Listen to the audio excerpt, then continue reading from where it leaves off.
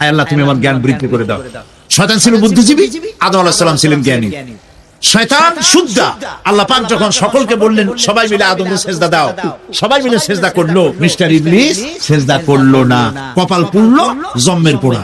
আল্লাহ পাক জিজ্ঞেস করলেন, ইবলিস রে, আমার হুকুমটা তুই মানলি না কেন? কোন জিনিস তোরে বাধা দিল আমার হুকুম অমান্য করতে? মানলি না কেন? সে বলছে, আল্লাহ পাক, এটা মানি নাই একটা বৈজ্ঞানিক কারণেই, একটি দার্শনিক কারণেই মানতে পারি নাই।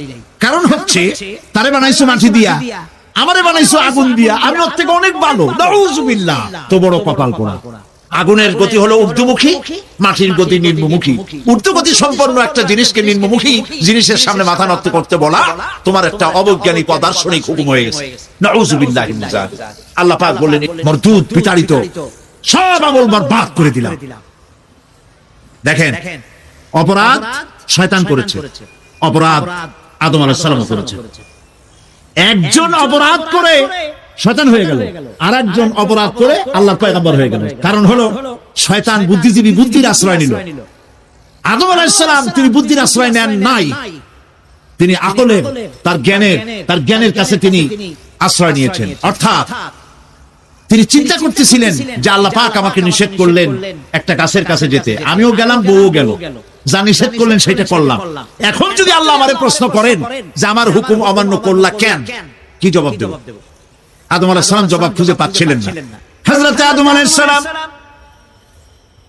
কোন আর্গুমেন্টের কাছে গেলেন না, কেঁদে কেঁদে অস্থির হয়ে যাচ্ছেন। আল্লাহ রাব্বুল আলামিন যখন প্রশ্ন করবেন, আদম রে, আমার হুকুম ভাঙলি কেন, অমান্য করলি কেন, কি জবাব দেব?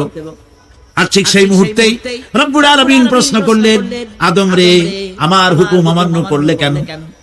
হযরত আদম আলাইহিস সালাম কোন বুদ্ধির আশ্রয় না নিয়া তার জ্ঞান তাকে বলে দিল। আল্লাহ তাকে কালেমা শিখায় দিলেন। উদ্বুদ্ধ হয়ে তিনি আল্লাহ রাব্বুল আলামিনের সামনে মাথা নত করে দিয়ে বললেন, রব্বানা যালামনা, হে আল্লাহ, আমি আমার নফসের পরে, যালামনা আনফুসানা, আমি আমার নফসের পরে জুলম করেছি, অত্যাচার করেছি। ওয়া ইন লাম তাগফির লানা, তুমি যদি আমাকে ক্ষমা না করো। জ্ঞান কত দেখেন, শুধু ক্ষমা চান নাই, বলেছেন তুমি যদি আমাকে ক্ষমা না করো, ওয়াতারহামনা, আর যদি দয়া না করো, লানাকুনান্না মিনাল খাসিরিন, আমি ক্ষতিগ্রস্ত হয়ে যাব। রাজি হন নাই? আল্লাহ রাব্বুল আলামিন হযরত আদম আলাইহিস সালামকে শুধু ক্ষমা করলেন না, ক্ষমাও করলেন, আর নবীর মর্যাদা দিয়ে আল্লাহ রাব্বুল আলামিন দুনিয়ায় পাঠাইয়া দিলেন। বুদ্ধি দিয়ে কাফেররা বুদ্ধির আশ্রয় গ্রহণ করে সর্বনাশ করেছে, যে পরকাল হইতে পারে না, মরে যাব, আবার উঠবো, আবার এই শরীর কেমনে তৈরি হবে, এইটা তাদের বুদ্ধিতে কুলায় নাই। কিন্তু বুদ্ধি দিয়া চিন্তা করলে বোঝা যাইতো যে হ্যাঁ, পরকাল একটা হইতে পারে। আর একটা কথা বলি, সেটা হলো এই, বহুত মানুষ আছে পরকাল বিশ্বাস করে না, আছে না? এমন আছে। এখন আমরা বিশ্বাস করি পরকাল, আমরা কারা কারা বিশ্বাস করি হাত উঁচু করে দেখান তো। আলহামদুলিল্লাহ বলেন, আলহামদুলিল্লাহ।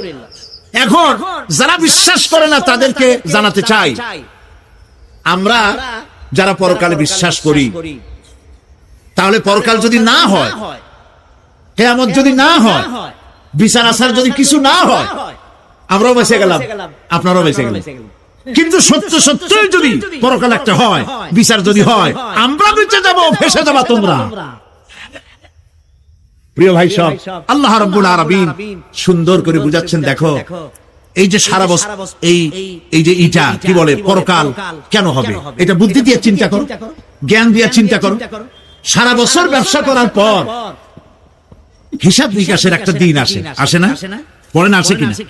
হিসাব নিকাশের একটা দিন আসে সারা বছর ব্যবসা করার পর, সারা বছর লেখাপড়া করার পর, তারপরে কি বলে পরীক্ষা দেওয়ার একটা দিন আসে, আসে না? তো সারা জীবন আপনি এখানে কাজবাজ করবেন, এখানে আপনি ভালো করলেন মন্দ করলেন, এর কোনো জবাব হবে না, বিচার হবে না। এটা পাগলে চিন্তা করতে পারে, আর পাগলেরা চিন্তা করে বলেই তারা বলে, পাগলেরই এটা কথা, মাটির পুতুল যেমনে নাচায় তেমনে নাচি, পুতুলের কি দোষ? মরিয়া দেখেন, এই গান যারা বিশ্বাস করে, মরিয়া দেখেন অবস্থাটা কি হয়। ফেরেশতারা আসা ধোপায় যেমন কাপড় আশ্রয়, ওই রকম ঠ্যাং ধরিয়া কবরের মধ্যে আশ্রয় আর বলবে যেমনে আশ্রয় তেমনে আশ্রয়, ফেরেশতার কি দোষ? কাজে এই পৃথিবী শেষ কথা নয়, মৃত্যু অবধারিত, মরা লাগবে না।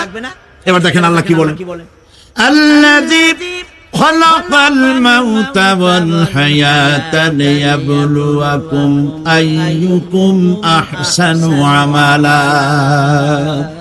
আল্লাহ পাক বলছেন আমি মৃত্যু আর জীবন সৃষ্টি করেছি। কেন করেছি লক্ষ্য করুন, লিয়াবলুয়াকুম, যাতে করে আমি তোমাদেরকে পরীক্ষা করে নিতে পারি। কি ব্যাপারে? আইয়ুকুম আহসানু আমালা, আমলের দিক থেকে, নেক কাজের মধ্য থেকে, ভালো কাজ এবং খারাপ কাজের মধ্য থেকে, আইয়ুকুম আহসানু আমালা, ভালো কাজের দিক থেকে তোমাদের মধ্যে কে উত্তম, কে ভালো মানুষ, এইটার পরীক্ষা নেওয়ার জন্য আমি মৃত্যু আর জন্মের সৃষ্টি করেছি। প্রিয় ভাই সব খুব লক্ষ্য করুন, জন্ম আর মৃত্যু, জন্ম হলে মৃত্যু হবেই, না হবে না। এই যে একটা ডিউরেশন, একটি সময়, এই সময়টা হলো পরীক্ষার সময়।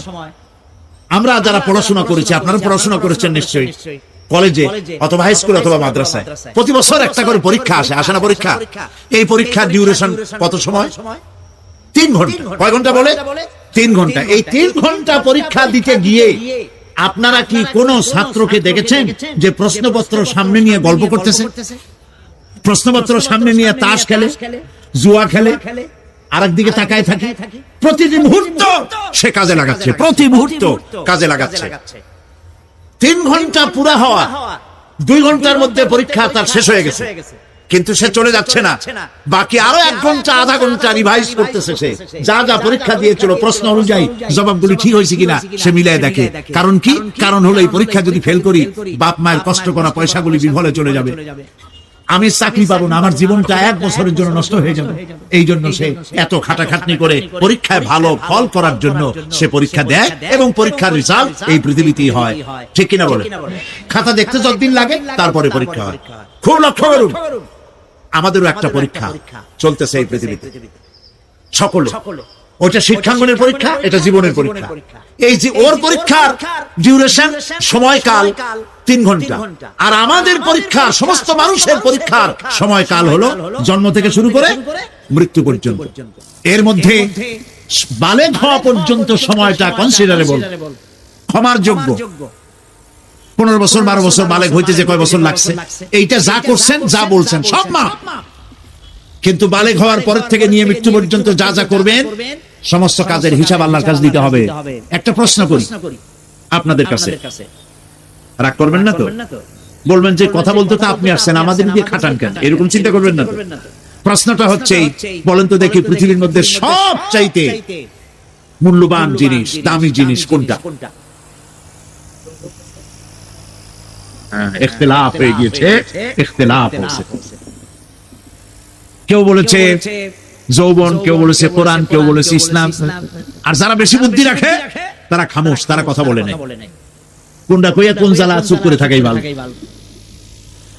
সব থেকে মূল্যবান জিনিসের নাম সময়। সব থেকে মূল্যবান জিনিসের নাম কি?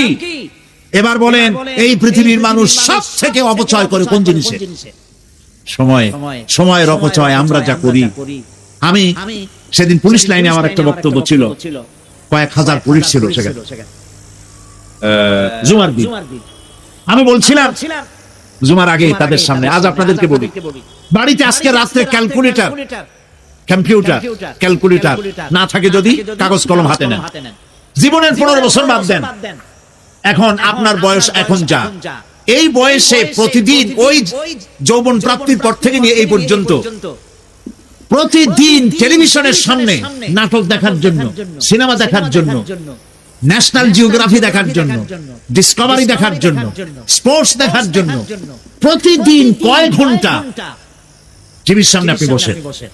এরপরে আপনি এগুলিকে সপ্তাহে কয় ঘন্টা হয়, মাসে কয় ঘন্টা হয়, বছরে কয় ঘন্টা হয়, বয়স এখন আপনার 50 বছর। আল্লাহ পাক বলেন, লক্ষ্য করে দেখো, সমুদ্রের লবণাক্ত পানিগুলি বাষ্পীয় আকারে মেঘমালায় পরিণত করে দেই, আর বাতাসকে হুকুম করি মেঘটাকে টেনে নিয়ে যাও অমুক জায়গায়। আল্লাহ যেখানে বৃষ্টি দিতে চান, বাতাস মেঘকে ঠেলে নিয়ে সেখানে নিয়ে আসে। বৃষ্টির পানিগুলি পড়লো, আল্লাহ পাক বলেন, আকাশের সেই বৃষ্টির পানি দিয়া মরা জমিনকে আমি জিন্দা করে দিলাম। ফাআহিয়ানা বিহিল আরদা বাদা মাউতিহা। এই মৃত্যু জমিনকে আমি জিন্দা করলাম, সেখানে তুমি বীজ বপন করলে, সেই বীজগুলি বীজের মাথা ফাটাইয়া চারাগুলি কে বাড়ি করে দিল? মাটির আস্তরণ, মাটির আস্তরণের মধ্যে কদুর বিচি, লাউর বিচি। আপনারা কদু কন না লাউ বলে? যেটাই হোক বুঝলেই হইল, কদু অথবা লাউ একই কথা। অথবা যে কোনো শাক সবজি, উদ্ভিদ, এর চারা, এর বীজ মাটিতে দেওয়া হলো, মাটিটা ফেটে চারা যে পাতা দুটো বেরিয়ে আসলো, এই পাতা কি শক্ত না নরম? তাহলে মাটিটা ফাটাইয়া পাতা দুটো বাইর করে দিল কে? সুবহানাল্লাহ বলে। মরা জমিন থেকে, মরা জমিনে বৃষ্টির পানি দিয়ে জমিনটাকে জিন্দা করে তার ভিতর থেকে আমি এভাবে করে জিন্দা করি, উদ্ভিদগুলিকে জিন্দা করে দেই। ঠিক একইভাবে কাযালিকান নুশুর, এইভাবে করে কিয়ামতে তোমাদেরকে উঠানো হবে। সুবহানাল্লাহ। লাল শাক দেখছেন? লাল শাক খান না আপনারা? বিচিগুলো ছোট ছোট, বিচিগুলি ছড়ায় দেন, দেখবেন কয়েকদিনের মধ্যে মাটির থেকে সব উদ্গত হয়ে যাবে। আল্লাহ পাক এই পৃথিবীতে আমাদের সৃষ্টি করেছিলেন, কবরের মধ্যে আমরা চলে যাব। সে কবর কি, হাসর কি ইত্যাদি বলবো ইনশাআল্লাহ ধীরে ধীরে। তো মাটির ভিতর থেকে এই গাছগুলি, চারাগুলি যেভাবে উদ্গত হয়, আল্লাহ পাক বলছেন এইভাবে করে আমি তোমাদেরকে জিন্দা করব, আবার উঠাবো, এতে কোনো সন্দেহ নাই। সুবহানাল্লাহ। রব্বুল আলামিন দৃষ্টান্ত দিয়ে বুঝাচ্ছেন, আলাম ইয়াকুনু ফাতাম মিন মানিয়্যুমনা সুম্মা কানা আলাকাতান ফাখালাকা ফাসাওয়া ফাজআলা মিনহু যাওজাইনি যাকারা ওয়াল উনসা। আল্লাহ পাক বলেন, মানুষকে নিকৃষ্টতম মাতৃগর্ভে নিক্ষিপ্ত এক ফোঁটা পানি ছিল না, আমি তার থেকে আকার আকৃতি দিয়ে সুগঠিত করে মানুষের আকার দান করেছি, আর মায়ের পেটের ভিতরে আমি নারী আর পুরুষ বানাইছি, কন্যা সন্তান এবং পুত্র সন্তান বানাইছি। সুবহানাল্লাহ। এখন মানুষের কাছে আমরাও পারি, এই যে ক্লোনিং সিস্টেম একটা শুরু হয়েছে, শুনছেন আপনারা? কথা না কইলে বুঝি কি? ক্লোনিং পদ্ধতি, এটি ক্লোনিং পদ্ধতি বিজ্ঞানীরা যারাই কাজটা করতেছে, তারা বিশ্ব সভ্যতাকে বিনষ্ট করার একটি মারাত্মক কাজে তারা হাত দিয়েছে। ক্লোনিং পদ্ধতিতে যে যা কিছু তৈরি হয়, এর আগে ভেড়ার বাচ্চা হয়েছে, ছাগলের বাচ্চা বানাইছে, সেগুলি তার মায়ের মতোই হয়েছে অথবা পিতার মতো হয়েছে। পিতার ডিএনএ নিয়ে একটা পুরুষ জাতীয় জন্তুর ডিএনএ অথবা স্ত্রী জাতীয় একটি জন্তুর ডিএনএ নিয়ে তারপরে বিশেষ প্রক্রিয়ার মাধ্যমে সন্তান, এই বাচ্চা উৎপাদনের ব্যবস্থা তারা শুরু করেছে পশু দিয়ে। এরপরে মানুষ এভাবে করা যায় কিনা সেই চিন্তা তারা করেছে। ইতিমধ্যে নাকি দুটো বাচ্চা হয়েছে, এটা সত্য না মিথ্যা এখনো যাচাই করা যায় নাই। কিন্তু পশুর থেকে যেগুলো হয়েছে সবগুলি রোগ নিয়ে আসছে পৃথিবীতে, গেল এক নম্বর কথা। দুই নম্বরে ডিএনএ এর মাধ্যমে যে মানব শিশু পয়দা হয়, তার সবগুলি তার মায়ের অনুকরণে হয়, একেবারে অবিকল মায়ের চেহারা নিয়ে আসতেছে, অবিকল পিতার চেহারা নিয়ে আসতেছে।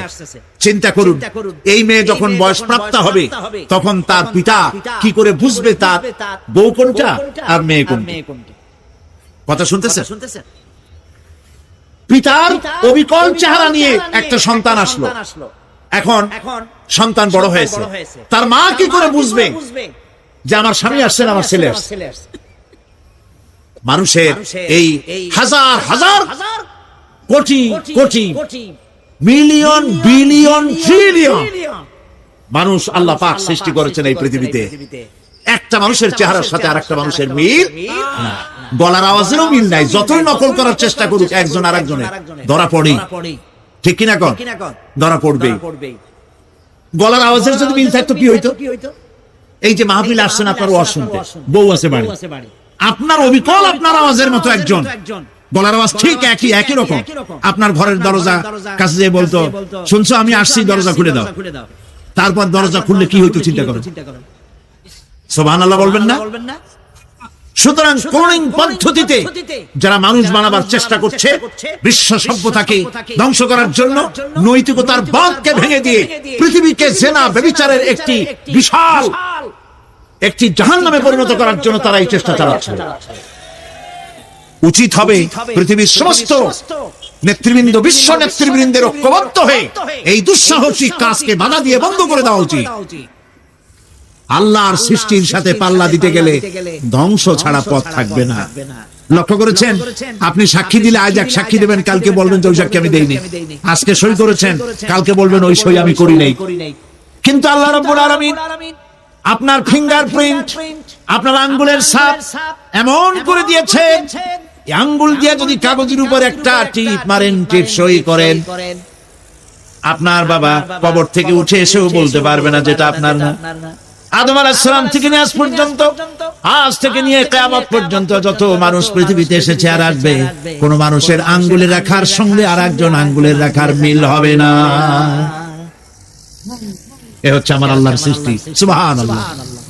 সুতরাং তিনি বলছেন, আমি মাতৃগর্ভের ভিতরে সন্তান তৈরি করি, সেই সন্তানকে কোনটা কন্যা সন্তান, কোনটা পুত্র সন্তান আমি বানাই। এই কাজটা যিনি পারেন, এবার দেখেন সামনে কি বলতেছেন আল্লাহ। এই কাজটি যিনি করতেছেন, আলাইসা যালিকা বিকাদিরিন আলা আইয়ুহিয়াল মাউতা। এত বড় কাজ যিনি সম্পাদন করেছেন, এক ফোঁটা নাপাক পানি, এক ফোঁটা নিকৃষ্ট গান্দা পানি যা শরীর থেকে নির্গত হলে পরে গোসল ফরজ হয়ে যায়, এমন এক ফোঁটা পানি দিয়ে তোমার জন্মের উৎপত্তি করেছি, আকার দিলাম, হাত দিলাম, পাও দিলাম, চোখ দিলাম, সুন্দর করে বানালাম, তারপরে পৃথিবীতে পাঠালাম। এরপরে তুমি কি করে মনে করতে পারো যে সেই আল্লাহ তোমার মৃত্যুর পরে আবার জিন্দা করতে পারবে না? আলাইসা যালিক, আল্লাহ পাক কি তোমাকে মৃত্যুর পরে আলাইসা যালিকা বিকাদিরিন, আল্লাহ পাকের পক্ষে এটা কি সম্ভব নয় যে তোমার মৃত্যুর পরে আল্লাহ আবার চিন্তা করবেন? বলেন অবশ্যই পারবেন, বলেন অবশ্যই পারবেন। প্রিয় ভাই সব, আল্লাহ পাকের পরে বলছেন, ইয়া আইয়ুহান নাসু ইন কুনতুম ফি রাইবিম মিনাল বা'সি ফা ইন্না খালাকনাকুম মিন তুরাব। হে মানব সকল, যদি সন্দেহ হয় যে আমি তোমাদের পরকাল সম্পর্কে, যদি পুনরুত্থান সম্পর্কে যদি তোমাদের সন্দেহ হয়, জানা থাকা উচিত আমি তোমাদেরকে মাটি দিয়ে সৃষ্টি করেছি, মাটির উপকরণ দিয়ে সৃষ্টি করেছি। এই মাটির সাথে মিশে যাবা, আবার উঠানো হবে। মাটিতে কবরের মধ্যে মুর্দা রাখার সময় কি বলি আমরা? মিনহা খালাকনাকুম ওয়া ফিহা নুঈদুকুম। পড়েন সবাই, মিনহা খালাকনাকুম ওয়া ফিহা নুঈদুকুম ওয়া মিনহা নুখরিজুকুম তারাতান উখরা। মাতৃগর্ভের ভিতরে মানুষকে আল্লাহ রাব্বুল আলামিন হাত পাও চক্ষু কর্ণনাসিকা দিয়ে সুন্দর করে মায়ের পেটের ভিতরে বানায়া এই পৃথিবীতে আল্লাহ পাক পাঠায় দেন। আর আল্লাহ পাক বলেন, সুম্মা নুখরিজুকুম তিফলা, বাচ্চার আকারে মায়ের পেট থেকে বের করে দিলাম। যে আল্লাহ রাব্বুল আলামিন এইভাবে করে তোমাদেরকে সৃষ্টি করেন। যালিকা বিআন্নাল্লাহা হুয়াল হক। জেনে রাখো, এই সব কিছু এই জন্যই ঘটে যেহেতু আল্লাহ রাব্বুল আলামিন, আল্লাহ তাআলা মহা সত্য। তিনি যা বলেন তাও সত্য, তার কথার মধ্যে কোনো রকমের বৈপরীত্য নাই। ব্যারোমিটার যন্ত্র আছে, যে যন্ত্রের মাধ্যমে আবহাওয়া মাপা হয়, বৃষ্টি হবে কি হবে না, ঝড় হবে কি হবে না, জলোচ্ছ্বাস হবে কি হবে না, এগুলি ব্যারোমিটার যন্ত্র দিয়ে, আবহাওয়া মাপা যন্ত্র দিয়ে তারা মাপে। কিন্তু আপনারা কি কখনো শুনেছেন যে রেডিও টেলিভিশনে বলা হয়েছে সন্দ্বীপ, কুতুবদিয়া, হাতিয়া, সেন্ট মার্টিন এবং বাঁশখালী, আর কি কোন দু একটার নাম, কক্সবাজার, পতেঙ্গা ইত্যাদির উপর দিয়ে 280 মাইল স্পিডে ঝোড়ো হাওয়া প্রবাহিত হবে। আগামীকাল 30 ফিট উঁচু হয়ে জলোচ্ছ্বাস হবে, এরকম কথা বলে কেউ? কি বলে? হইতে পারে, হইতে পারে, বজ্র সহ বৃষ্টিপাত হতে পারে। এবার কোরআন শরীফ দেখুন তো, কোরআন শরীফে কোথাও আছে পরকাল হইলেও হইতে পারে, কবর আযাব এটাও হয়তো হইতে পারে, জান্নাত আর জাহান্নাম থাকতেও পারে, এরকম কথা আছে? সব কথা ডাইরেক্ট, কোন কথার ভিতরে কোন রকমের বৈপরীত্য নাই। আল্লাহ রাব্বুল আলামিন বলেছেন, ইযাস সামাউ ফাতারাত, আকাশ সমূহ যখন বিদীর্ণ হয়ে যাবে, ওয়াইদাল কাওয়াকিবু তাতারাত, আর যখন তারকাসমূহ বিক্ষিপ্ত হয়ে পড়বে, ওয়াইদাল কুবুরু বুসিরাত, আর যখন কবরের ভিতরে যা কিছু আছে সব উদ্গীরণ করে দেওয়া হবে। সমস্ত কথাগুলি ডাইরেক্ট, যালিকা বিআন্নাল্লাহা হুয়াল হক, যেহেতু আল্লাহ মহাসত্য। ওমান আসতাকু মিনাল্লাহি কিলা, আর আল্লাহর চাইতে সত্যবাদী আর কে আছে? বলেন আছে কেউ? সে আল্লাহ রাব্বুল আলামিন বলেন, এত কিছু কাজ এত সুন্দর ব্যবস্থাপনা করে যিনি করেন, ওয়া আন্নাহু ইউহয়িল মাউতা ওয়া আন্নাহু আলা কুল্লি শাইইন কাদির। সে আল্লাহ রাব্বুল আলামিন তোমাদেরকে তোমাদের মৃত্যুর পরে আবার জিন্দা করবেন, এতে সন্দেহ করার কোনো কারণ নাই। وأن الساعة آتية لا ريب فيها وأن الله يبعث من في القبور। আল্লাহ পাক বলছেন অবশ্যই কিয়ামত আসবে, তাকে কেউ বিন্দুমাত্র এতে কোনো সন্দেহ নাই। আর ওয়ান্নাল্লাহা ইউবআসু মান ফিল কুবুর, আর আল্লাহ পাক অবশ্যই কবরে যা কিছু আছে সব বের করে নিয়ে আসবেন। কান্নাহুম জারাদুম মুনতাশির, যেমন আপনারা দেখছেন কিনা এই যে যখন বন্যা বলে, পানি টানি যখন ওঠে, বন্যা নাকি বলে, তুফান, বন্যা ইত্যাদি যখন হওয়ার সম্ভাবনা হয়, তখন মাটি থেকে, গ্রাম্য পরিবেশে দেখা যায় মাটি থেকে পোকামাকড় গুলি এভাবে উঠতে থাকে। দেখছেন না? আপনারা দেখছেন কিনা? পাখাওয়ালা পিঁপড়াগুলি এভাবে সব উঠতে থাকে। কান্নাহুম জারাদুম মুনতাশির, এইভাবে করে পোকামাকড় পতঙ্গগুলি যেভাবে মাটি থেকে উদ্গত হতে থাকে, সমস্ত খাবারগুলি থেকে মানুষগুলি এভাবে উদ্গত হয়ে যাবে। পরকালের জীবন যে হবে এতে কোনো সন্দেহ নাই। সেই ব্যাপারে আল্লাহ পাক বলছেন, আআনতুম আশাদ্দু খালকান আমিস সামাউ বানাহা। তোমরা যে পুনরুত্থান সম্পর্কে অস্বীকার করো, এবার চিন্তা করো, তোমারে বানানো কঠিন না ওই মহা আকাশটা বানানো কঠিন? কোনটা কঠিন বলেন না আপনারা? কোনটা কঠিন? আপনারা একটু তাকায় দেখেন তো, এই যে বিশাল প্যান্ডেল, এই প্যান্ডেলে খুঁটি আছে না নাই? আছে কিনা? কতগুলা খুঁটি গুনতে আপনার আধা ঘন্টা কানে সময় লাগবে, ঠিক না? এই একটা প্যান্ডেল বানাতে যদি এতগুলি খুঁটি লাগে, তাহলে বিশাল আকাশে যদি এইরকম খুঁটি লাগতো আকাশটারে ঝুলাই রাখার জন্য, তাহলে চিন্তা করেন তো, খুঁটির জ্বালায় গাড়ি গাড়ি চালান যাইতো? আছে কোনো খুঁটি? জোরে বলেন আছে? নাই। ওই আকাশটাকে আল্লাহ পাক বলছেন, আনতুম আশাদ্দু খালকান আমিস সামাউ বানাহা, তোমারে বানানো কঠিন না ওই বিশাল আকাশ বানানো কঠিন? কোনটা কঠিন ছিল? তো ওই আকাশটা বানানোই তো আল্লাহ পাকের কাছে সহজ হয়ে গেছে। তাহলে তোমারে একবার বানাইয়া যে একবার বানাতে পেরেছেন, তিনি আবার চিন্তা করতে পারবেন না? এই চিন্তা কেন করো? আল্লাহ রাব্বুল আলামিন কোরআনে কারীমের ভিতরে পরিষ্কার করে বলেছেন, ওরা বলে, কাফের বেঈমানেরা বলে, ক্বালা মান ইউহয়িল ইযামা ওয়া হিয়া রামীম, আমাদের হাড় গোড় যখন পচে যাবে, গলে যাবে, কে আমাদের জিন্দা করবে? জবাবে আল্লাহ পাক বলেন, হে নবী আপনি বলুন, কুল ইউহয়িয়াল্লাযী আনশাহা আউওয়ালা মাররা, আপনি বলে দিন যে আল্লাহ রাব্বুল আলামিন একবার তোমাকে সৃষ্টি করেছেন, প্রথমবার যিনি সৃষ্টি করেছেন, দ্বিতীয়বার মৃত্যুর পরে আবার তিনি জিন্দা করবেন। কেন বিশ্বাস করেন?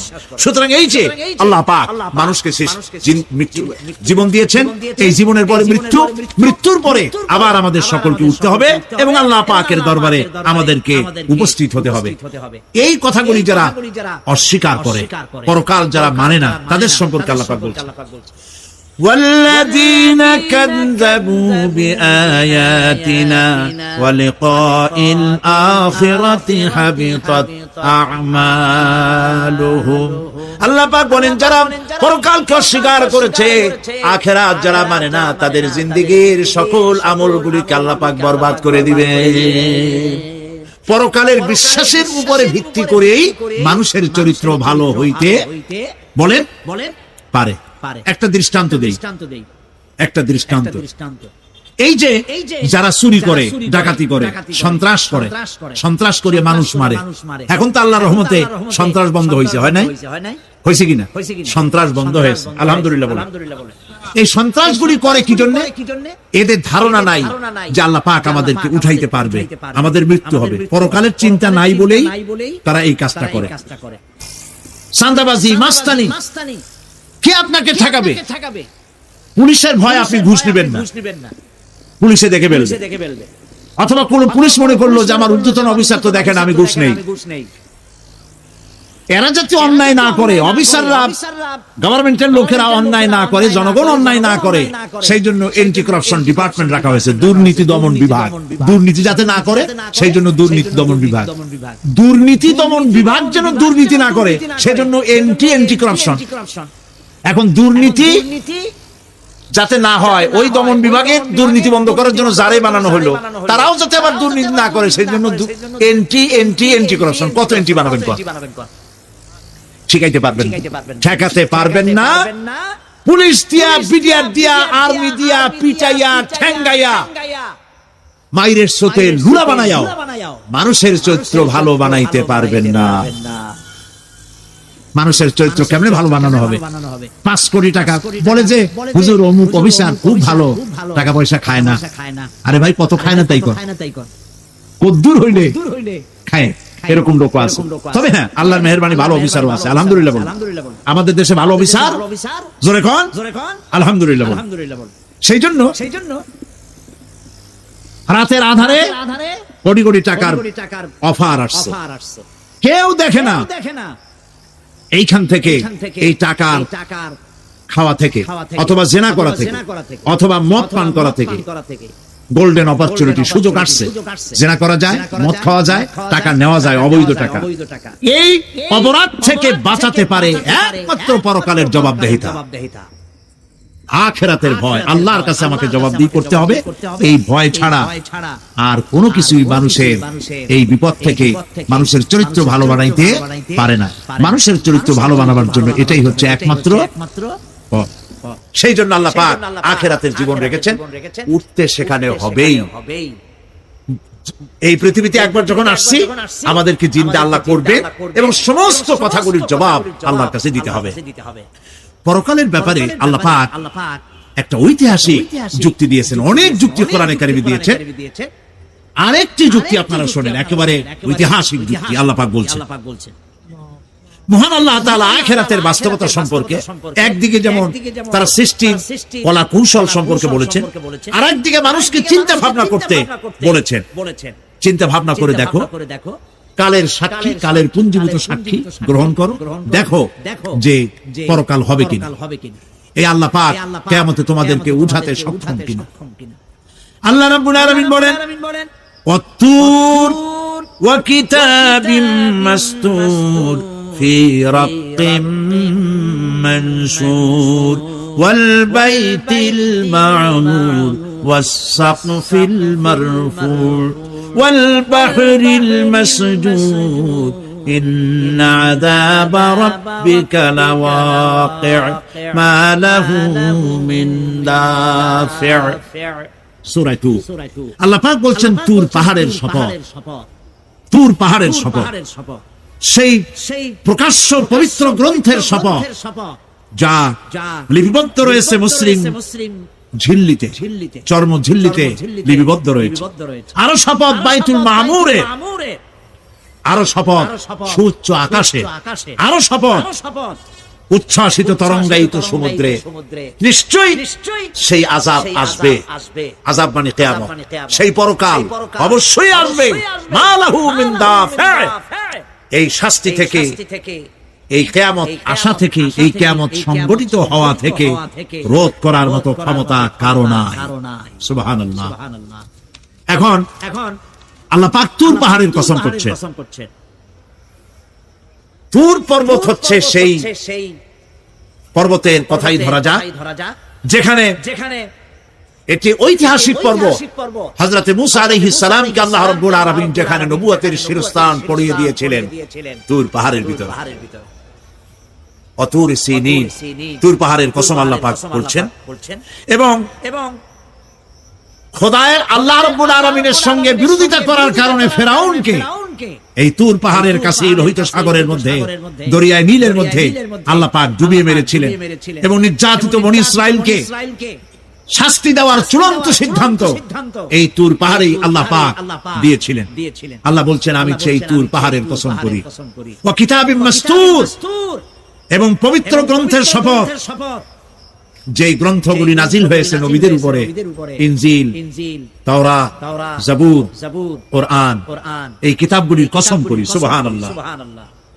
কোরআনের কসম করি, আল্লাহ পাক বলছেন এই কিতাবগুলির কসম করছি, তুর পাহাড়ের কসম করছি, কিতাবগুলির কসম করছি।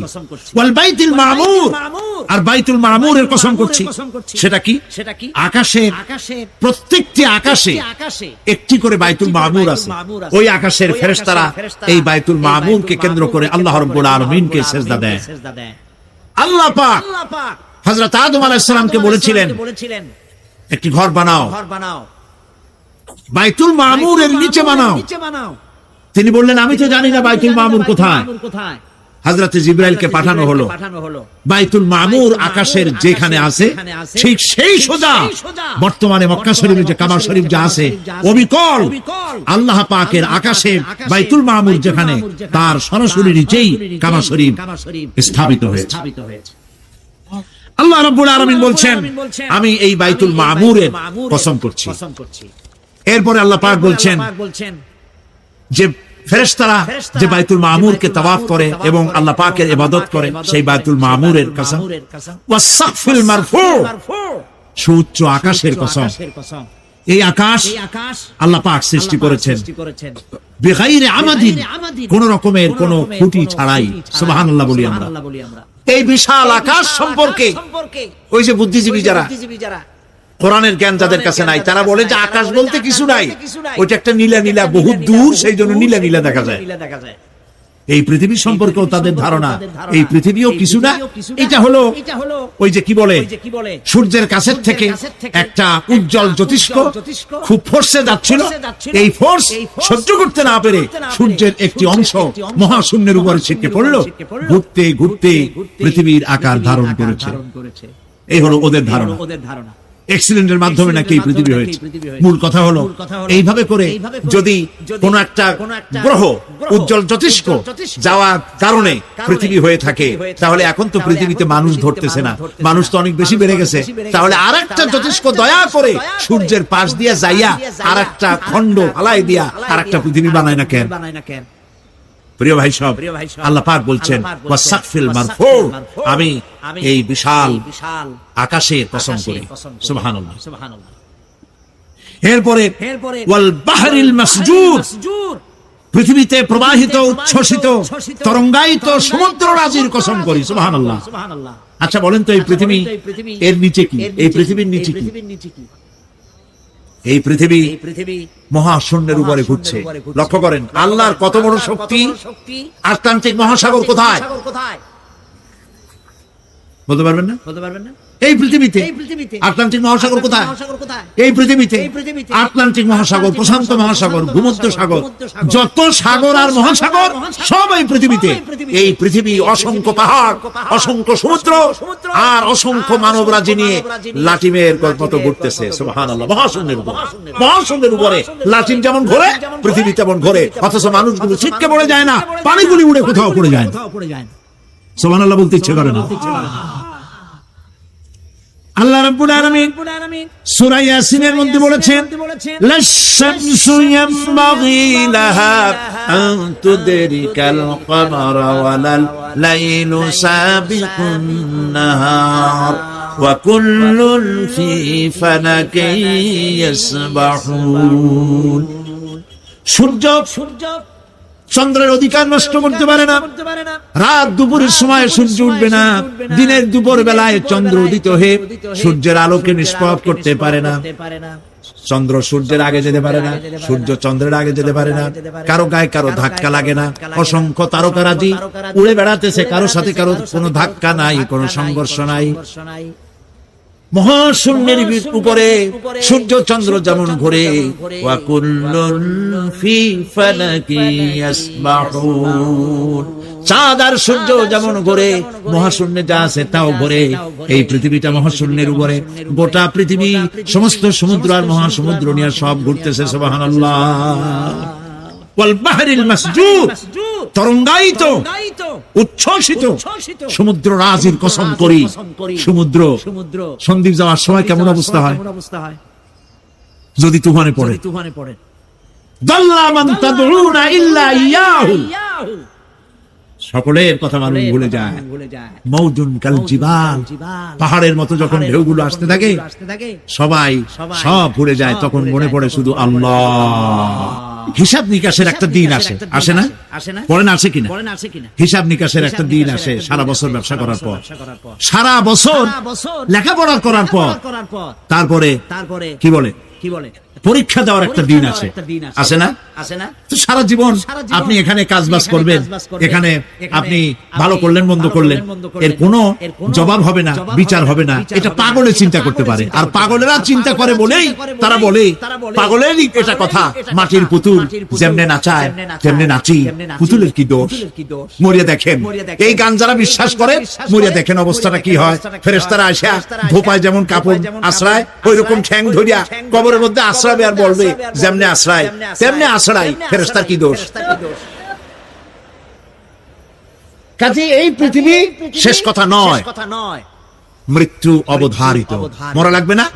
এবার দেখেন আল্লাহ কি বলেন, আল্লাযী খালাকাল মাউতা ওয়াল হায়াতা লিয়াবলুয়াকুম আইয়ুকুম আহসানু আমালা। আল্লাহ পাক বলছেন আমি মৃত্যু আর জীবন সৃষ্টি করেছি। কেন করেছি? লক্ষ্য করুন, লিয়াবলুয়াকুম, যাতে করে আমি তোমাদেরকে পরীক্ষা করে নিতে পারি। কি ব্যাপারে? আইয়ুকুম আহসানু আমালা, আমলের দিক থেকে, নেক কাজের মধ্য থেকে, ভালো কাজ এবং খারাপ কাজের মধ্য থেকে, আইয়ুকুম আহসানু আমালা, ভালো কাজের দিক থেকে তোমাদের মধ্যে কে উত্তম, কে ভালো মানুষ, এইটার পরীক্ষা নেওয়ার জন্য আমি মৃত্যু আর জন্মের সৃষ্টি করেছি। প্রিয় ভাই সব খুব লক্ষ্য করুন, জন্ম আর মৃত্যু, জন্ম হলে মৃত্যু হবেই, না হবে না? এই যে একটা ডিউরেশন, একটি সময়, এই সময়টা হলো পরীক্ষার সময়। আমরা যারা পড়াশোনা করেছি, আপনারা পড়াশোনা করেছেন নিশ্চয়ই, কলেজে অথবা হাই স্কুল অথবা মাদ্রাসায় প্রতি বছর একটা করে পরীক্ষা আসে, আসে না পরীক্ষা? এই পরীক্ষার ডিউরেশন কত সময়? 3 ঘন্টা। কয় ঘন্টা বলে? 3 ঘন্টা। এই 3 ঘন্টা পরীক্ষা দিতে গিয়ে আপনারা কি কোন ছাত্রকে দেখেছেন যে প্রশ্নপত্র সামনে নিয়ে গল্প করতেছে, প্রশ্নপত্র সামনে নিয়ে তাস খেলে, জুয়া খেলে, আরেকদিকে তাকায় থাকে? প্রতিটি মুহূর্ত সে কাজে লাগাচ্ছে, প্রতি মুহূর্ত কাজে লাগাচ্ছে। 3 ঘন্টা পুরা হওয়া, 2 ঘন্টার মধ্যে পরীক্ষা তার শেষ হয়ে গেছে, কিন্তু সে চলে যাচ্ছে না, বাকি আরো 1 ঘন্টা আধা ঘন্টা রিভাইজ করতেছে। সে যা যা পরীক্ষা দিয়েছিল প্রশ্ন অনুযায়ী জবাবগুলি ঠিক হয়েছে কিনা সে মিলাই দেখে। কারণ কি? কারণ হলো এই পরীক্ষা যদি ফেল করি, বাপ মায়ের কষ্ট করা পয়সাগুলি বিফলে চলে যাবে, আমি চাকরি পাবো না, আমার জীবনটা 1 বছরের জন্য নষ্ট হয়ে যাবে। এই জন্য সে এত খাটাখাটনি করে পরীক্ষায় ভালো ফল করার জন্য সে পরীক্ষা দেয়, এবং পরীক্ষার রেজাল্ট এই পৃথিবীতেই হয়। ঠিক কিনা বলে? খাতা দেখতে যতদিন লাগে তারপরে পরীক্ষা হয়। খুব লক্ষ্য করুন, আমাদেরও একটা পরীক্ষা চলতেছে এই পৃথিবীতে, সকলে। ওটা শিক্ষাঙ্গনের পরীক্ষা, এটা জীবনের পরীক্ষা। এই যে ওর পরীক্ষার ডিউরেশন, সময়কাল 3 ঘন্টা, আর আমাদের পরীক্ষা, সমস্ত মানুষের পরীক্ষার সময়কাল হলো জন্ম থেকে শুরু করে মৃত্যু পর্যন্ত।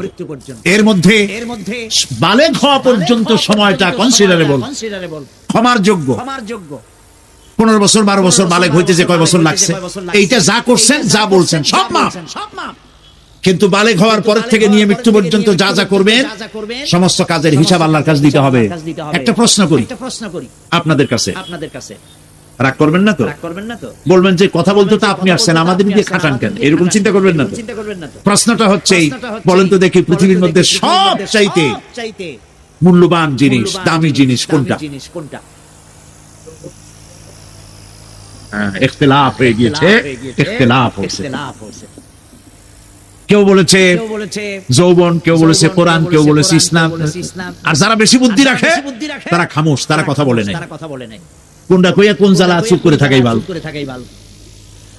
সব থেকে মূল্যবান জিনিসের নাম সময়। সব থেকে মূল্যবান জিনিসের নাম কি? এবার বলেন, এই পৃথিবীর মানুষ সব থেকে অপচয় করে কোন জিনিসে? সময়ের অপচয় আমরা যা করি। আমি সেদিন পুলিশ লাইনে আমার একটা বক্তব্য ছিল, কয়েক হাজার পুলিশ ছিল সেখানে, জুমার দিন। আমি বলছিলাম জুমার আগে তাদের সামনে, আজ আপনাদেরকে বলি, বাড়িতে আজকে রাত্রে কম্পিউটার ক্যালকুলেটর না থাকে যদি কাগজ কলম হাতে নেন, জীবনের 15 বছর বাদ দেন, এখন আপনার বয়স এখন যা, এই বয়সে প্রতিদিন ওই যৌবন প্রাপ্তির পর থেকে নিয়ে এই পর্যন্ত প্রতিদিন টেলিভিশনের সামনে নাটক দেখার জন্য, সিনেমা দেখার জন্য, ন্যাশনাল জিওগ্রাফি দেখার জন্য, ডিসকভারি দেখার জন্য, স্পোর্টস দেখার জন্য প্রতিদিন কয়েক ঘন্টা টিভির সামনে আপনি বসে, এরপরে আপনি এগুলিকে সপ্তাহে কয় ঘন্টা হয়, মাসে কয় ঘন্টা হয়, বছরে কয় ঘন্টা হয়, বয়স এখন আপনার 50 বছর। আল্লাহ পাক বলেন, লক্ষ্য করে দেখো সমুদ্রের লবণাক্ত পানিগুলি বাষ্পীয় আকারে মেঘমালায় পরিণত করে দেই, আর বাতাসকে হুকুম করি মেঘটাকে টেনে নিয়ে যাও অমুক জায়গায়। আল্লাহ যেখানে বৃষ্টি দিতে চান বাতাস মেঘকে ঠেলে নিয়ে সেখানে নিয়ে আসে, বৃষ্টির পানিগুলি পড়লো।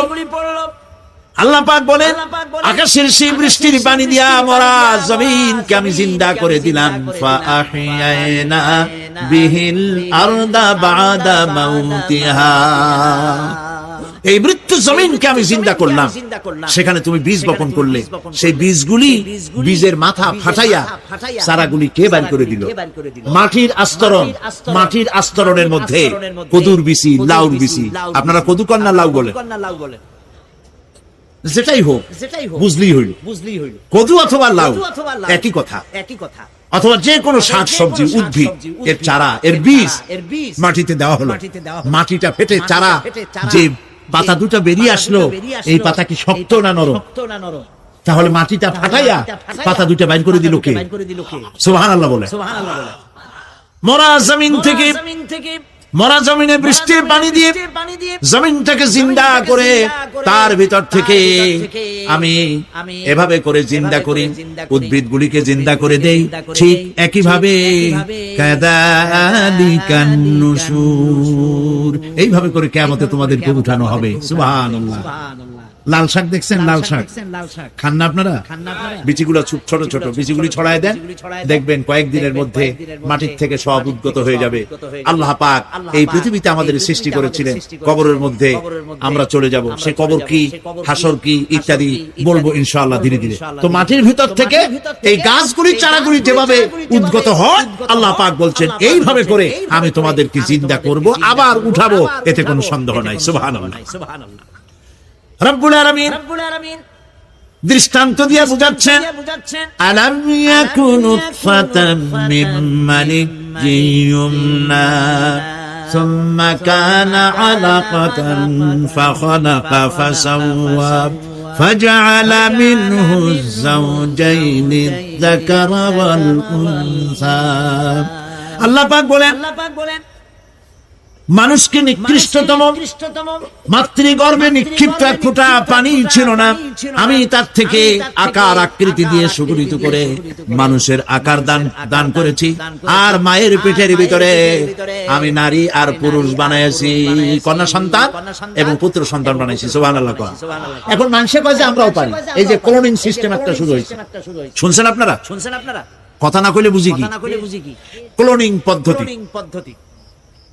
এটি ক্লোনিং পদ্ধতি বিজ্ঞানীরা যারাই কাজটা করতেছে, তারা বিশ্ব সভ্যতাকে বিনষ্ট করার একটি মারাত্মক কাজে তারা হাত দিয়েছে। ক্লোনিং পদ্ধতিতে যে যা কিছু তৈরি হয়, এর আগে ভেড়ার বাচ্চা হয়েছে, ছাগলের বাচ্চা বানাইছে, সেগুলি তার মায়ের মতোই হয়েছে অথবা পিতার মতো হয়েছে। পিতার ডিএনএ নিয়ে একটা পুরুষ জাতীয় জন্তুর ডিএনএ অথবা স্ত্রী জাতীয় একটি জন্তুর ডিএনএ নিয়ে তারপরে বিশেষ প্রক্রিয়ার মাধ্যমে সন্তান, এই বাচ্চা উৎপাদনের ব্যবস্থা তারা শুরু করেছে পশু দিয়ে। এরপরে মানুষ এভাবে করা যায় কিনা সেই চিন্তা তারা করেছে। ইতিমধ্যে নাকি দুটো বাচ্চা হয়েছে, এটা সত্য না মিথ্যা এখনো যাচাই করা যায় নাই, কিন্তু পশুর থেকে যেগুলো হয়েছে সবগুলি রোগ নিয়ে আসছে পৃথিবীতে। গেল 1 নম্বর কথা। 2 নম্বরে ডিএনএর মাধ্যমে যে মানব শিশু পয়দা হয়, তার সবগুলি তার মায়ের অনুকরণে হয়, একেবারে অবিকল মায়ের চেহারা নিয়ে আসতেছে, অবিকল পিতার চেহারা নিয়ে আসতেছে। চিন্তা করুন, এই মেয়ে যখন বয়স প্রাপ্ত হবে তখন তার পিতা কি করে বুঝবে তার বউ কোনটা আর মেয়ে কোনটা? কথা শুনতেছেন? পিতার অবিকল চেহারা নিয়ে একটা সন্তান আসলো, এখন সন্তান বড় হয়েছে, তার মা কি করে বুঝবে যে আমার স্বামী আসছেন, আমার ছেলে আসছে? মানুষের এই হাজার হাজার crore crore million billion trillion মানুষ আল্লাহ পাক সৃষ্টি করেছেন এই পৃথিবীতে। একটা মানুষের চেহারার সাথে আরেকটা মানুষের মিল, গলার আওয়াজেরও মিল নাই। যতই নকল করার চেষ্টা করুক একজন আরেকজনে ধরা পড়েই, ঠিক কিনা কন? ধরা পড়বেই। গলার আওয়াজের যদি মিল থাকতো কি হইতো? এই যে মাহফিল আসছেন আপনার ওয়াজ শুনতে, বউ আছে বাড়ি, আপনার অবিকল আপনার আওয়াজের মতো একজন, গলার আওয়াজ ঠিক একই রকম, আপনার ঘরের দরজা কাছে যেয়ে বলতো, শুনছো আমি আসছি, দরজা খুলে দাও। তারপর দরজা খুললে কি হইতো চিন্তা করেন? সুবহানাল্লাহ বলবেন না? সুতরাং ক্লোনিং পদ্ধতিতে যারা মানুষ বানাবার চেষ্টা করছে, বিশ্ব সভ্যতাকে ধ্বংস করার জন্য, নৈতিকতার বাঁধকে ভেঙে দিয়ে পৃথিবীকে জেনা ব্যভিচারের একটি বিশাল একটি জাহান্নামে পরিণত করার জন্য তারা এই চেষ্টা চালাচ্ছে।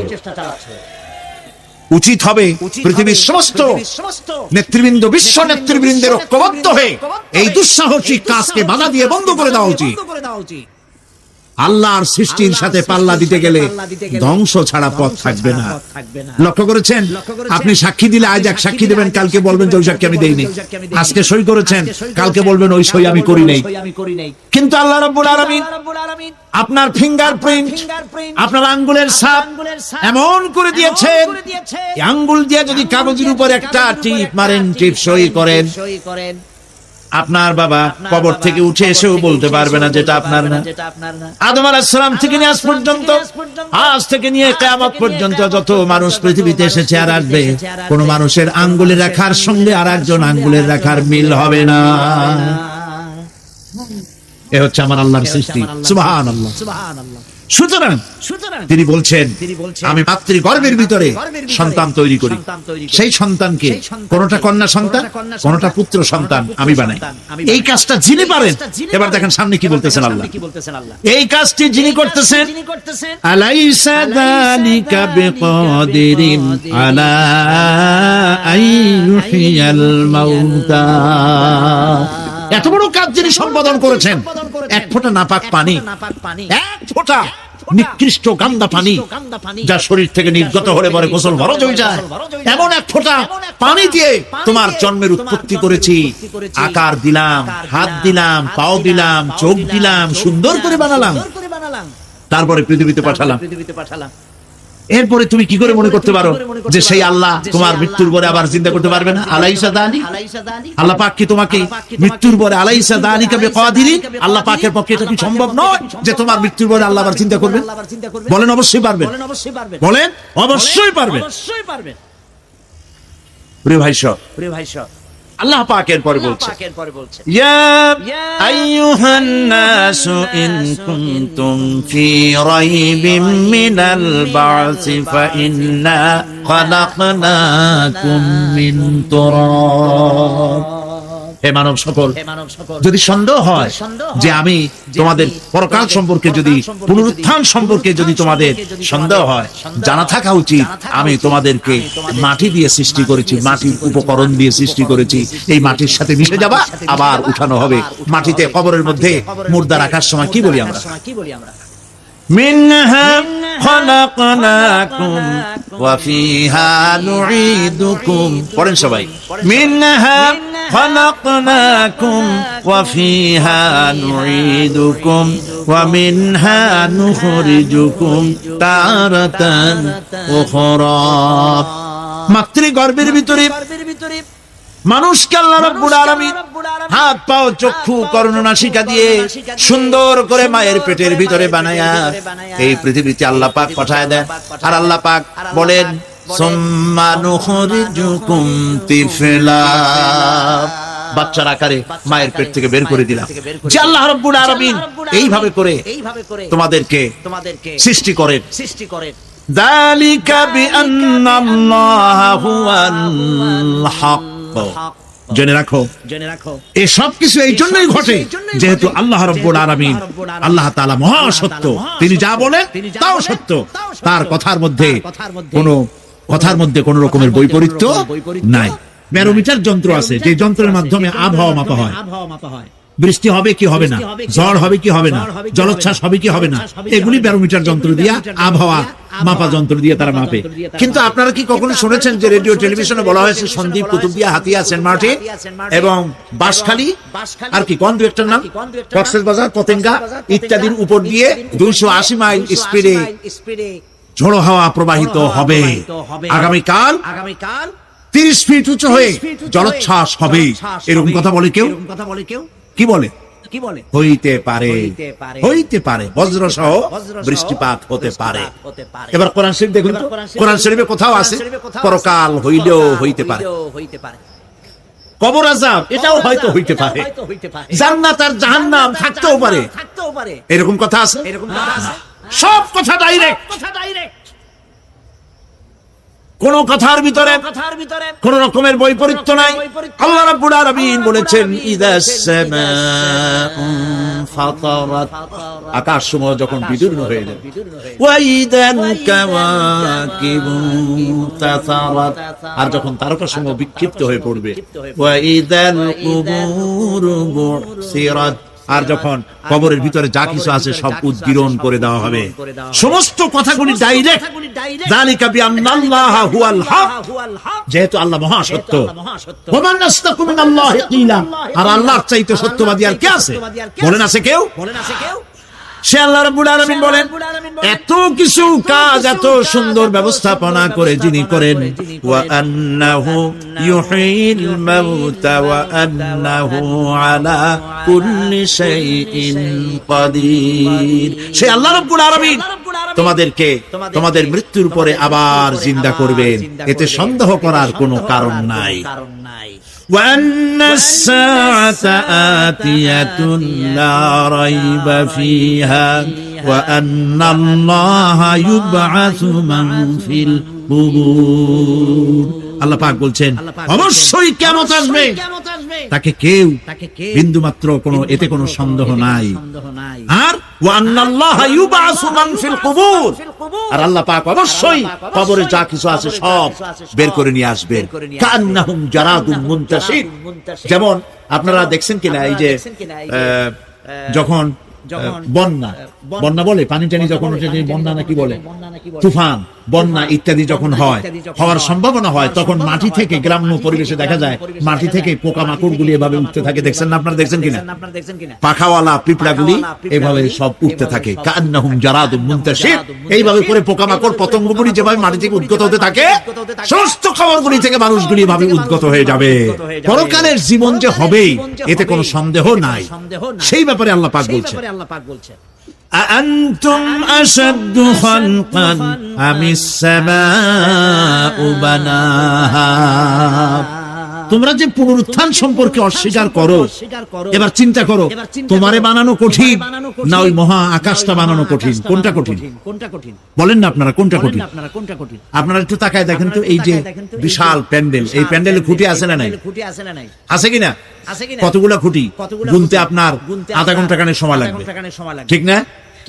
এই একটা প্যান্ডেল বানাতে যদি এতগুলি খুঁটি লাগে, তাহলে বিশাল আকাশে যদি এইরকম খুঁটি লাগতো আকাশটারে ঝুলাই রাখার জন্য, তাহলে চিন্তা করেন তো খুঁটির জ্বালায় গাড়ি গাড়ি চালান যাইতো?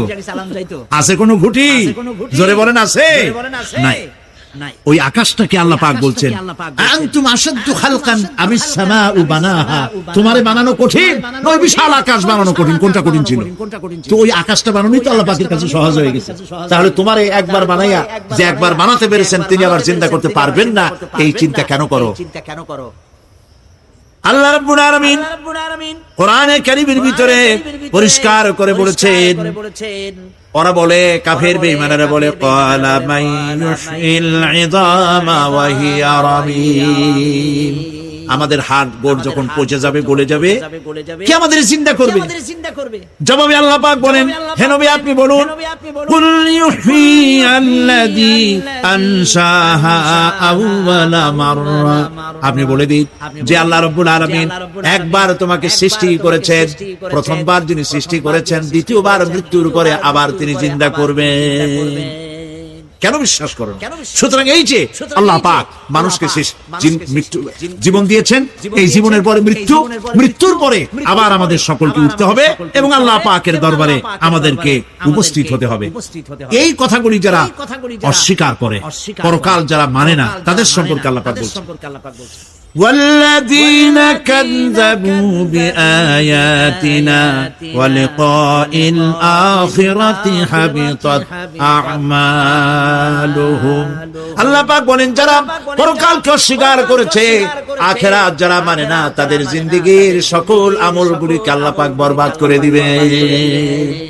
পরকালের বিশ্বাসের উপরে ভিত্তি করেই মানুষের চরিত্র ভালো হইতে বলেন পারে। একটা দৃষ্টান্ত দেই, একটা দৃষ্টান্ত। এই যে যারা চুরি করে, ডাকাতি করে, সন্ত্রাস করে মানুষ মারে, এখন তো আল্লাহর রহমতে সন্ত্রাস বন্ধ হয়েছে, হয় নাই? হয়েছে কিনা? সন্ত্রাস বন্ধ হয়েছে, আলহামদুলিল্লাহ বলে। এই সন্ত্রাসগুলি করে কি জন্য? এদের ধারণা নাই যে আল্লাহ পাক আমাদেরকে উঠাইতে পারবে, আমাদের মৃত্যু হবে, পরকালের চিন্তা নাই বলেই তারা এই কাজটা করে। চাঁদাবাজি, মাস্তানি, কে আপনাকে ঠকাবে? পুলিশের ভয় আপনি ঘুষ নেবেন না, পুলিশে দেখে ফেলবে। অথবা কোন পুলিশ মনে করলো যে আমার ঊর্ধ্বতন অফিসার তো দেখেন আমি ঘুষ নেই। এরা যাতে অন্যায় না করে, অফিসাররা, গভর্নমেন্টের লোকেরা অন্যায় না করে, জনগণ অন্যায় না করে, সেই জন্য এন্টি করাপশন ডিপার্টমেন্ট রাখা হয়েছে, দুর্নীতি দমন বিভাগ। দুর্নীতি যাতে না করে সেই জন্য দুর্নীতি দমন বিভাগ। দুর্নীতি দমন বিভাগ যেন দুর্নীতি না করে সেই জন্য এন্টি করাপশন। এখন দুর্নীতি যাতে না হয়, ওই দমন বিভাগের দুর্নীতি বন্ধ করার জন্য যারে বানানো হলো, তারাও যাতে আবার দুর্নীতি না করে সেই জন্য এন্টি করাপশন। কত এন্টি বানাবেন? শিখাইতে পারবেন, ঠেকাতে পারবেন না। পুলিশ দিয়া, বিডিআর দিয়া, আর্মি দিয়া পিটাইয়া, ঠ্যাঙ্গাইয়া, মাইরের স্রোতের ঘুলা বানাইয়াও মানুষের চরিত্র ভালো বানাইতে পারবেন না। মানুষের চরিত্র কেমনে ভালো বানানো হবে? 5 কোটি টাকা বলে যে হুজুর অমুক অফিসার খুব ভালো, টাকা পয়সা খায় না। আরে ভাই কত খায় না তাই কর, কদ্দুর হইলে খায়, এরকম লোক আছে। তবে হ্যাঁ, আল্লাহর মেহেরবানি ভালো অফিসারও আছে, আলহামদুলিল্লাহ বল। আমাদের দেশে ভালো অফিসার, জোরে কোন আলহামদুলিল্লাহ বল। সেই জন্য রাতের আধারে কোটি কোটি টাকার অফার আসছে, কেউ দেখে না। এইখান থেকে, এই টাকার খাওয়া থেকে, অথবা জেনা করা থেকে, অথবা মদ পান করা থেকে গোল্ডেন অপরচুনিটি, সুযোগ আসছে। জেনা করা যায়, মদ খাওয়া যায়, টাকা নেওয়া যায়, অবৈধ টাকা। এই অপরাধ থেকে বাঁচাতে পারে একমাত্র পরকালের জবাবদিহিতা, আখিরাতের ভয়। আল্লাহর কাছে আমাকে জবাবদিহি করতে হবে, এই ভয় ছাড়া আর কোনো কিছুই মানুষের এই বিপদ থেকে মানুষের চরিত্র ভালো বানাইতে পারে না। মানুষের চরিত্র ভালো বানাবার জন্য এটাই হচ্ছে একমাত্র। সেই জন্য আল্লাহ পাক আখিরাতের জীবন রেখেছেন, উঠতে সেখানে হবেই। এই পৃথিবীতে একবার যখন আসছি, আমাদেরকে জিন্দা আল্লাহ করবে এবং সমস্ত কথাগুলির জবাব আল্লাহর কাছে দিতে হবে। পরকালের ব্যাপারে আল্লাহ পাক একটা ঐতিহাসিক যুক্তি দিয়েছেন, অনেক যুক্তি কোরআনে কারিমে দিয়েছেন।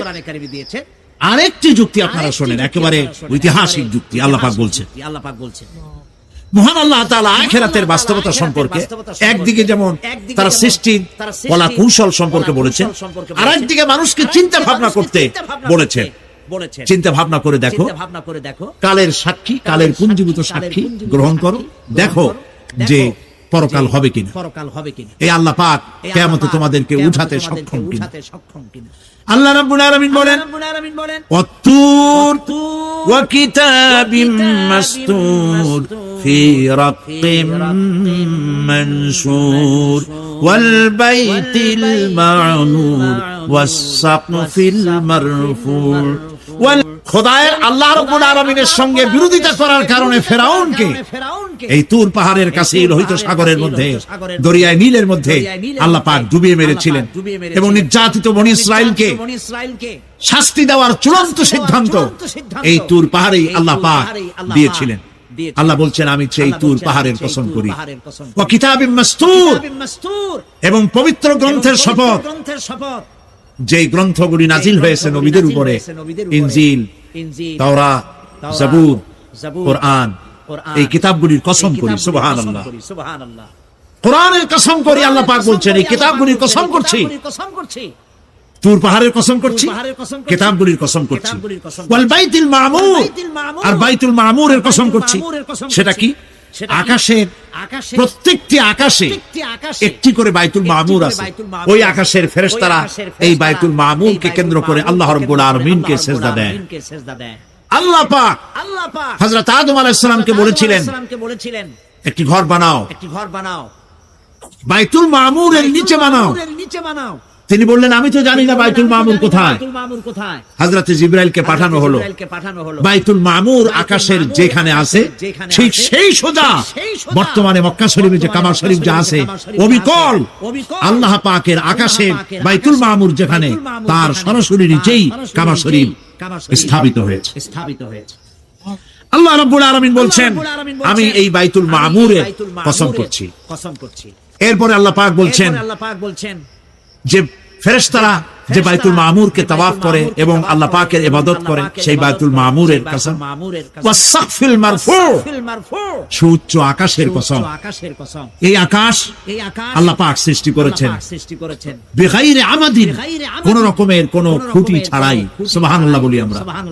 এই বিশাল আকাশ সম্পর্কে ওই যে বুদ্ধিজীবী যারা, কোরআনের জ্ঞান যাদের কাছে নাই, তারা বলে যে আকাশ বলতে কিছু নাই, ওইটা একটা নীলা নীলা বহুত দূর, সেই জন্য নীলা নীলা দেখা যায়। এই পৃথিবী সম্পর্কেও তাদের ধারণা এই পৃথিবীও কিছু না, এটা হলো ওই যে কি বলে, সূর্যের কাছের থেকে একটা উজ্জ্বল জ্যোতিষ্ক খুব ফোর্সে যাচ্ছিল, এই ফোর্স সহ্য করতে না পেরে সূর্যের একটি অংশ মহাশূন্যের উপরে ছিটকে পড়লো, ঘুরতে ঘুরতে পৃথিবীর আকার ধারণ করেছে। এই হলো ওদের ধারণা। অ্যাক্সিডেন্টের মাধ্যমে নাকি এই পৃথিবী হয়েছে। মূল কথা হলো, এইভাবে করে যদি কোন একটা গ্রহ উজ্জ্বল জ্যোতিষ্ক যাওয়ার কারণে পৃথিবী হয়ে থাকে, তাহলে এখন তো পৃথিবীতে মানুষ ধরতেছে না, মানুষ তো অনেক বেশি বেড়ে গেছে, তাহলে আরেকটা জ্যোতিষ্ক দয়া করে সূর্যের পাশ দিয়ে যাইয়া আরেকটা খণ্ড হালাই দিয়া আরেকটা পৃথিবী বানায় না কেন? প্রিয় ভাই সব, আল্লাহ পাক বলছেন ওয়াসসাকফিল মারফু, আমি এই বিশাল আকাশের কসম করি। সুবহানাল্লাহ। এরপরে ওয়াল বাহরিল মাসজুর, পৃথিবীতে প্রবাহিত উচ্ছ্বসিত তরঙ্গায়িত সমুদ্র রাজির কসম করি। সুবহানাল্লাহ। আচ্ছা বলেন তো, এই পৃথিবী এর নিচে কি? এই পৃথিবীর নিচে কি? এই পৃথিবী মহাশূন্যের উপরে ঘুরছে। লক্ষ্য করেন আল্লাহর কত বড় শক্তি। আটলান্টিক মহাসাগর কোথায় বলতে পারবেন না? এই পৃথিবীতে আটলান্টিক মহাসাগর কোথায়? এই পৃথিবীতে আটলান্টিক মহাসাগর, প্রশান্ত মহাসাগর, ভূমধ্য সাগর, যত সাগর আর মহাসাগর সব এই পৃথিবীতে। এই পৃথিবী অসংখ্য পাহাড়, অসংখ্য সমুদ্র আর অসংখ্য মানবরাজি নিয়ে লাটিমের মতো ঘুরতেছে। সুবহানাল্লাহ। মহাশূন্যের উপরে লাটিম যেমন ঘোরে, পৃথিবী তেমন ঘোরে, অথচ মানুষগুলো ছিটকে পড়ে যায় না, পানিগুলি উড়ে কোথাও পড়ে যায়। সুবহানাল্লাহ বলতে ইচ্ছে করে না। আল্লাহ রাব্বুল আলামিন